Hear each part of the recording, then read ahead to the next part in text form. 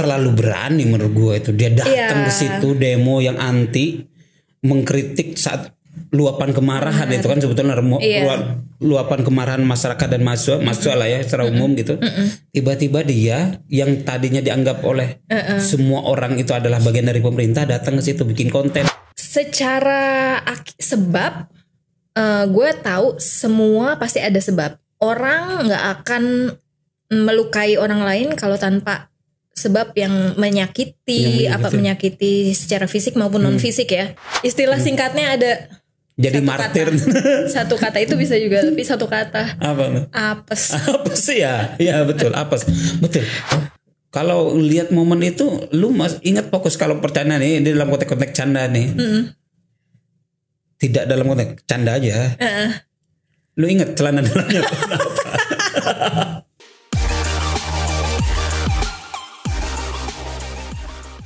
Oke, assalamualaikum warahmatullahi wabarakatuh. Selamat berjumpa kembali dengan saya Cak Hamid di YouTube saya yang lumayan makin kece ini, makin cerah ini, karena di depan saya ada orang yang cerah. Oh, bukan kan ada lighting yang sangat cerah. Bukan. Indah sekarang pakainya warnanya asik sekali warnanya. Apa nih, pink apa? Ini kayaknya ke Salem. Salem banget. Bilangnya gitu sih, Salem. Salem. Oh iya, dan itu inline dengan lipstiknya ini. Puasa-puasa man ternyata sebelum buka kita dapat ini, semoga tidak membatalkan puasa. Harusnya maghrib itu. Iya. Jadi berbuka dengan yang manis-manis, dengan yang cantik-cantik. Tapi nggak apa-apa, yang penting nggak balawan nafsu katanya kan. Enggak dong. Udah berapa lama gak ketemu Cak Hamid? Ternyata ketemu Ramadan, rayuannya masih maut juga. Oh gitu. Jam terbang dah. Jam terbang. Jadi sering praktek ya. Sering praktek gitu. Karena ini yang diundang gratisan, jadi harus saya puji-puji gitu kan. Iya, semua harus dipuji gitu. Karena kan. Jadi nggak ngongkosin ya. Nggak kapok karena nggak ngongkosin gitu kan, ngongkos sendiri pro bono rata-rata, narsum yang pro bono gitu kan. Ada loh yang pro bono, ini narsum yang pro bono datang sendiri. Nggak apa-apa, manfaatkan yang pro bono selagi masih bisa digeber. Betul. Dan ada beberapa yang malah datang bawa makanan biasanya. Ini janjinya bawa makanan kalau bikin konten berikutnya, ternyata enggak kan. Gua itu orang yang dobit, ingatannya panjang. Ingatannya panjang ya? Ingatannya kuat. Ingatannya kuat banget. Tadi bener kita kan? Ngobrol hal lain ya, yang gue lupa kayaknya enggak deh, itu lo gak ngomong kayak gitu deh gitu. Iya, gue ngomong iya udah deh. Soalnya suami gue suka gitu juga. Jangan-jangan gue yang emang pelupa gitu. Jadi termasuk ingat gue kalau lu bikin konten berikutnya, lu bilang mau bawa makanan, ada roti lah, ada apa lah yang. Gue akan jawab. Ini karena Ramadan dan juga gue lemes ya. Iya. Capek. Justifikasi apologi beb. Bad timing nanti insya Allah next ya di luar Ramadan ya nanti gue bikin sesuatu. Iya. Okay. Tapi gimana Ramadan ini? Ramadan lancar. Apanya nih? Sehat, lancar puasanya. Sehat, masih bisa kesini, bisa ketemu teman-teman. Lu puasa atau ikut Johan tahun ini? Puasa, insya Allah. Puasa. Iya. Dikira ikut Johan. Perlu gak sih disebut? Iya, insya Allah puasa. Tahun ini agak beda sih, Mit. Rasanya tuh kayak bener-bener pengen manfaatin banget apa yang, kalau ngomong ibadah ya, ibadah apa yang masih bisa gue optimalin. Itu rasanya tuh menguat gitu. Itu menguatnya sama nggak dengan bikin konten ya kayaknya serius. Soalnya sekarang kan udah bikin konten dah gitu kan. Namanya channelnya apa? Indah Proses. Jadi Indah Proses. Jadi udah lama konten, Pak itu kan. Jadi ngasih tahu. Saya bantu promote di sini. Itu kan dari Agustus. Oh, dari Agustus ya? Iya, Agustus tahun ini. Tuh, tapi ini udah 3 minggu sih. Belum ini lagi karena pas Ramadan ini ya. Terus banyak ngurusin beberapa hal juga sih. Jadi fokus ke situ. Nggak kepegang, maksudnya intinya energinya nggak dapet, kecapean gitu ya. Terus waktunya juga ada hal yang time consuming. Udah gitu pas sekarang Ramadan lagi gitu. Sorry, saya potong. Kalau minggu-minggu ini apa aja kegiatan itu selain bikin konten? Maksudnya hari Minggu apa? Minggu-minggu ini. Minggu-minggu ini.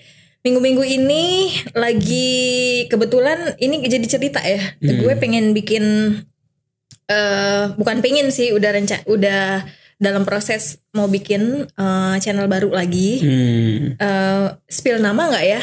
Kayaknya nggak usah ya, jangan ya, surprise aja. Iya nggak usah. Pokoknya channel baru di YouTube. Doain ya, amin. Lebih produktif lagi.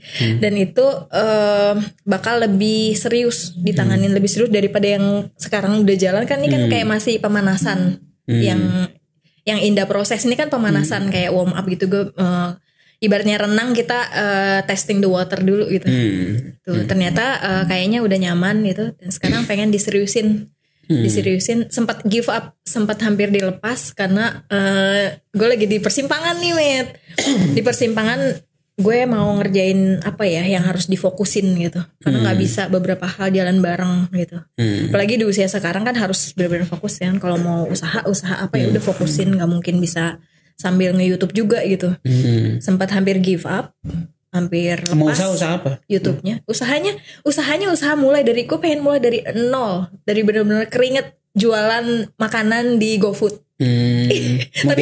Tapi semangatnya gue luar biasa banget. Gue pengen ngerasain gitu, dapat ting ada order masuk gitu kan. Walaupun recehan-recehan tapi proses itu yang pengen banget gue alamin gitu. Proses jatuh bangun. Kan indah proses memang. Namanya juga indah proses. Iya benar. Apa makanannya apa rencananya yang ada di ini kan masih yang tadi gue bilang nggak kepegang, sibuk ini itu prepare buat ke situ sebenarnya. Mau jualan apa gitu. Karena itu kan masih nyari ide. Ide udah ada, cuman kan nyoba resep, terus udah gitu ngumpulin alat-alatnya. Yang jelas sih yang udah hampir pasti insya Allah minuman yang cup gitu loh. Tapi mau main di jus, minuman sehat, jus sama kacang-kacangan gitu. Jadi minuman yang ada nilai plusnya ya sehat gitu. Terus kedua makanannya kan nggak pengen cuman minuman aja, ada makanan, terus ada beberapa dicoba. Kemungkinan besar salah satunya mungkin akan siomay. Kenapa siomay? Karena gue nyarinya tuh yang kalau nggak salah satu dari kita doyan atau nggak dua-duanya suka gitu, gue dan suami gitu ya. Jadi kalau misalkan nggak habis apa kan jadi nggak sia-sia, kita bisa makan gitu. Nah itu salah satunya siomay, gue suka, suami nggak suka tapi gue suka banget. Tuh, nah jadi itu terus ada beberapa kandidat lain, tapi ya ini lagi ganti Ramadan ini gitu, karena kan pengen fokus ke lebih banyak fokus ke ibadah dulu gitu. Karena feelingnya lagi ke situ gitu. Fokus ke ibadah, tapi politik masih ngikutin nggak nih di antara kefokusan itu? Kalau cuma sebatas di layar sosmed masih ngikutin. Masih ngikutin.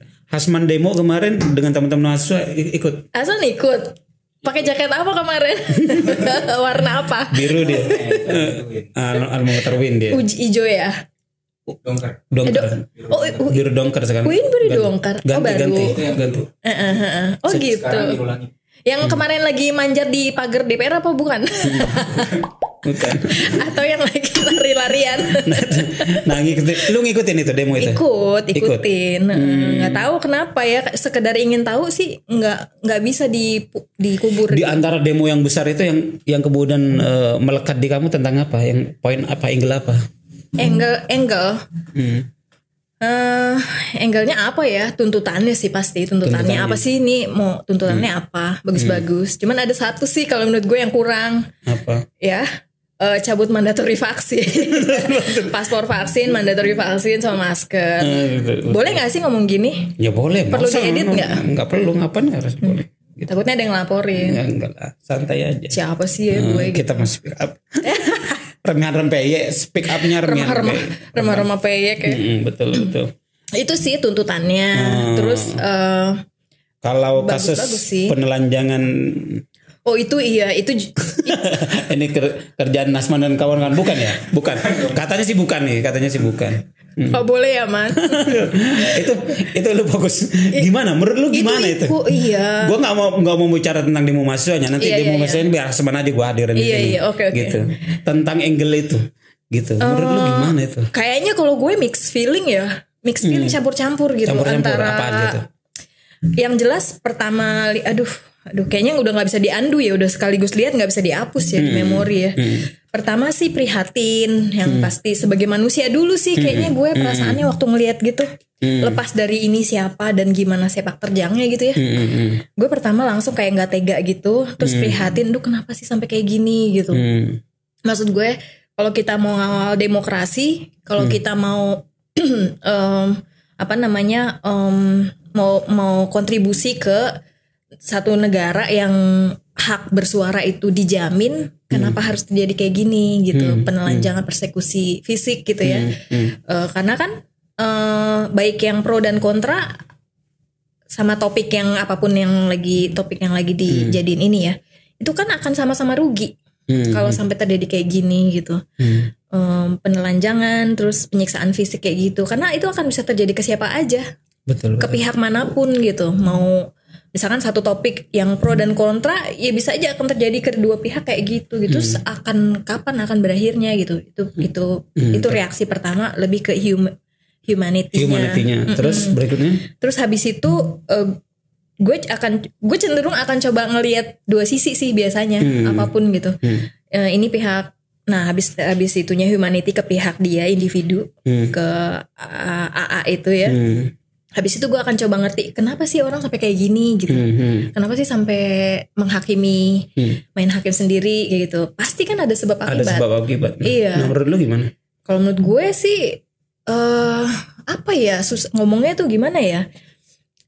Secara sebab gue tahu semua pasti ada sebab. Orang nggak akan melukai orang lain kalau tanpa sebab yang menyakiti, menyakiti secara fisik maupun non fisik ya, mental atau apa ya. Artinya menurut lu sebetulnya ada trigger yang menyebabkan orang sampai melakukan itu. Pastilah. Ya tentu kan dia kan sebelumnya kan memang jadi buzzer kelompoknya Jokowi yang notabene di demo saat itu gitu.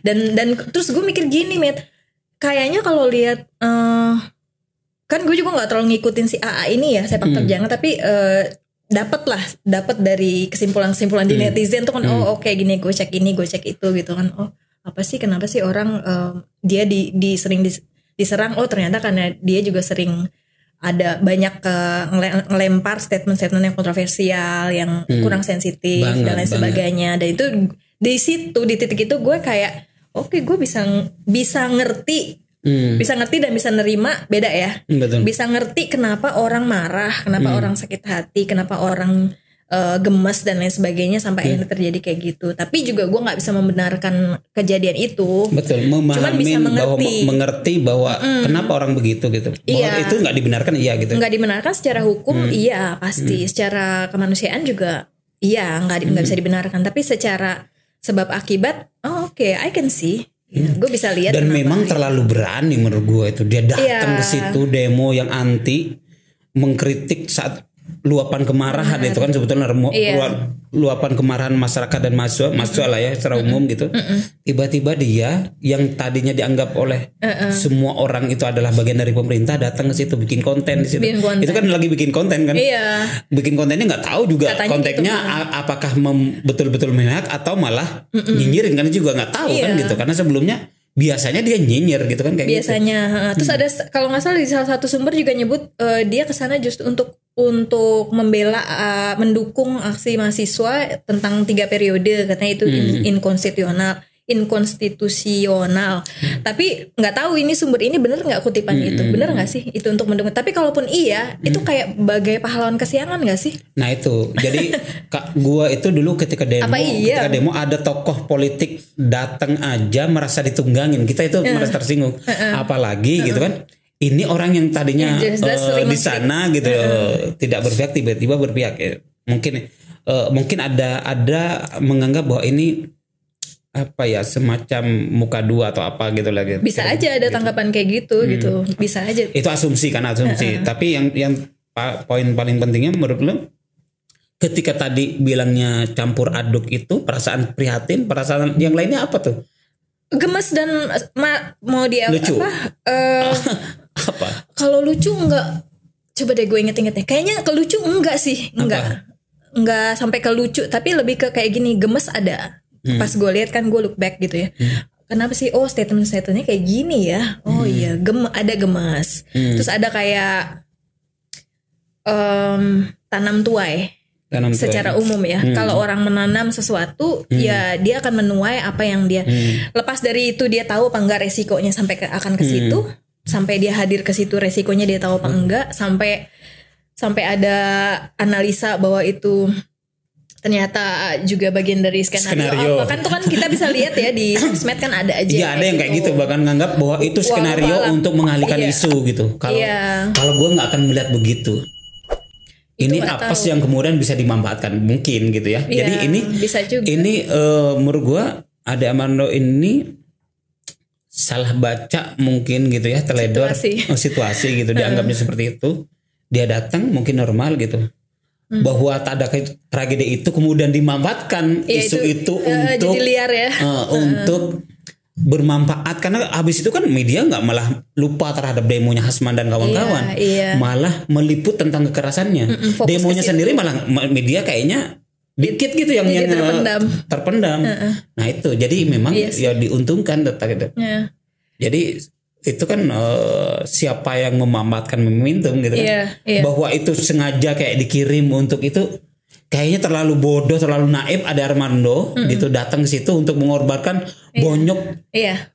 Hampir bukannya harga dirinya habis sama sekali gitu kan. Lagi-lagi kita nggak pernah tahu apa yang terjadi behind the scene kan. Gua nggak akan pernah tahu seperti itu. Seperti apa ini sebenarnya gitu. Bahwa dia mau hanya untuk membela Jokowi dengan datang di situ untuk ditelanjangin gitu. Iya. Atau mungkin dipukul, underestimate bisa jadi ya. Karena bagi gue itu akan menimbulkan trauma kok. Dibully seperti, bukan dibully, itu kan hidup dan mati, kalau nggak diselamatin kan meninggal. Loh kayak gitu siapa sih yang mau gitu, walaupun katakanlah gue sempat kayak mikir gini, ada nggak sih sebenarnya orang yang benar-benar gitu, nggak tahu ini pertanyaan ada nggak sih sebenarnya orang yang rela untuk digituin kalau dia tahu akan digituin, tapi karena dia tahu kompensasinya itu luar biasa, entah kompensasi. Ini bukan ngomong AA ya, ngomong secara umum. Kemudian jadi komisaris gitu kompensasinya. Ya entah kan. Gue gak percaya itu aja. Gak terlalu gitu. Karena bayangin profesor dokter, profesor gitu, kan dia kan, gitu. Dosen. Kayaknya enggak ya. Marwahnya habis bener. Iya, berarti itu dilihat kayak maling. Gue memang dalam banyak hal berseberangan dengan dia gitu ya, dengan nggak suka dengan opini-opini. Tapi ketika digituin ya, yang muncul pertama yang rasa kemanusiaan nggak boleh, kekerasan dimanapun nggak boleh dibenarkan gitu. Bahwa kita mengerti persis seperti kamu bilang tadi, mengerti kenapa kemudian orang mau melakukan itu karena dia sudah terlalu memang posisinya. Ya itu tadi. Jadi kayak buzzer gitu yang kayak buzzer murahan gitu loh. Untuk seorang yang akademisi gitu. Terlalu terdepan dia itu gitu. Kalau untuk kesengajaan kayaknya kecil ya kemungkinan. Jadi kayaknya seperti wrong jadi man bahwa in the wrong place in the wrong time. Betul.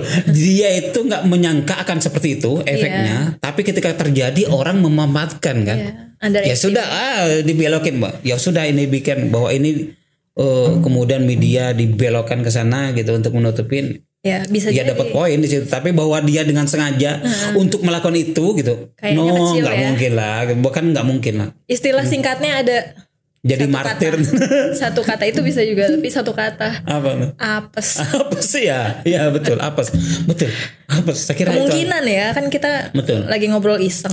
Karena dianggap gini, soalnya ada di berbagai perdebatan di diskursus di WAG kan gitu, ada pro kontra gitu. Ketika ada dua orang gitu melogikan gitu, bisa dimengerti kenapa orang begitu gitu. Karena dia terlalu berani satu, yang kedua track recordnya gitu. Jadi banyak yang menyerang. Berarti lu mendukung itu enggak gitu. Tetap tidak mengiyakan kekerasan itu, tapi dia sudah terlalu offset masuk ke situ, karena di situ itu ketika demo itu sudah psikologi massa yang berlaku, bukan psikologi personal. Jadi kumpulan-kumpulan orang itu gampang tersulut. Itu banyak hal yang unpredictable bisa terjadi di situ, unplanned, unpredictable. Betul.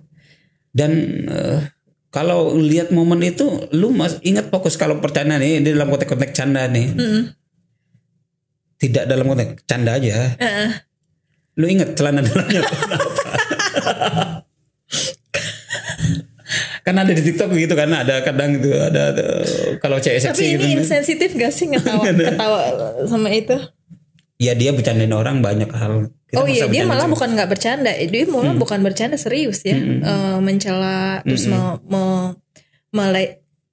istilahnya mocking tuh apa sih, mengejek aksi mahasiswa. Betul, sampai gue liat ada kayak Twitternya itu nggak tahu itu hoax apa bukan? Asli.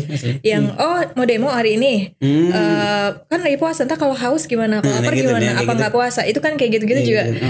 Jadi gini loh, kayaknya gue sempet gue kepikir gini sih, apakah dia lupa kebebasan bersuara di Menara Gading di dunia akademisi itu beda loh dengan hukum di lapangan. Betul. Gitu. Itu kan di community di netizen, doi lupa gitu kalau ini bukan dunia maya gitu.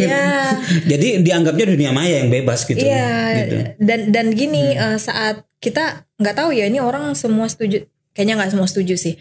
Saat di satu negara itu sistem hukum itu mohon maaf bermasalah, sangat bermasalah, keadilan dipertanyakan, sistem hukum banyak masalah dan nggak sempurna lah ya istilahnya. Banyak ketidakadilan dirasakan oleh banyak orang, ada keberpihakan juga mungkin dari penyelenggara negara, nggak tahu ya. Itu kan banyak dibicarakan kayak gitu ya yang beredar di sosmed, yaitu waspada, maksudnya konsekuensinya itu bisa jadi hukum di jalanan akan bicara gitu. Itu nggak benar, nggak boleh dibenarkan. Karena bisa terjadi ke siapa aja dong. Dan ini memang jadi pembelajaran bagi semua orang. Iya, tapi itu maksud gue, itu harga dan konsekuensi yang seharusnya penyelenggara negara lihat jauh-jauh hari. Betul. Gitu loh maksudnya. Itu bisa diantisipasi. Ini pembelajaran bagi semua orang. Bahwa ketika bersuara juga harus ada batasan tahu gitu. Benar. Karena memang nyinyirnya itu dia kan kalau poros-porosan di situ ada Bu Janda, dia ada satu lagi siapa? Denny Siregar gitu kan, terus di sini ada Felix Xiao segala macam gitu kan. Di saat kubu-kubuan begini kan terlalu tajam banget gitu omongan-omongannya. Kalau tajam kayak mama di pasar gitu yang lagi berantem gitu kan. Iya, kayak cat fight ya jadinya. Betul. Kalau tajam tapi itu santun, gue rasa masih oke dan fakta dan faktual. Tapi maksud gue ada poin bagus sih sebenarnya. Intelektualitas, kebebasan bersuara itu harus dikawal, kebebasan beropini harus dikawal, intelligence, tapi juga jangan lupakan etika. Ada etika. Lo mau setajam apapun, tapi kalau masih pakai etika, masih pakai kesantunan, insya Allah sih kayaknya mestinya aman ya. Betul. Oke, good. Setuju. Luar biasa nih dah. Kayaknya momen ibadah ini membuat lu lebih jernih ini. Waduh, enggak, banyak minum aqua soalnya. Minum aqua. Oh, oke. Iya. Jadi mungkin itu saja obrolan kita ini. Kita sambung dari nanti di momen yang lain. Yang pasti saya senang Indah datang. Makasih. Saya mendukung channelnya. Saya support bisnisnya, semoga lancar. Kalau butuh diskusi. Nanti diundang ya, aku undang ya. Yes. Saya akan selalu hadir buat Indah. Yes. Yeah.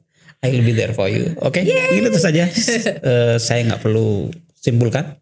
Yang pasti buat teman-teman yang baru gabung, monggo langsung subscribe, bunyikan loncengnya karena pasti konten-konten kita ini ibarat oase di gurun pasir gitu ya. Jadi akan menyejukkan, akan penuh hikmah, penuh madu semua. Assalamualaikum warahmatullahi wabarakatuh. Waalaikumsalam warahmatullahi wabarakatuh. Thank you. Yes.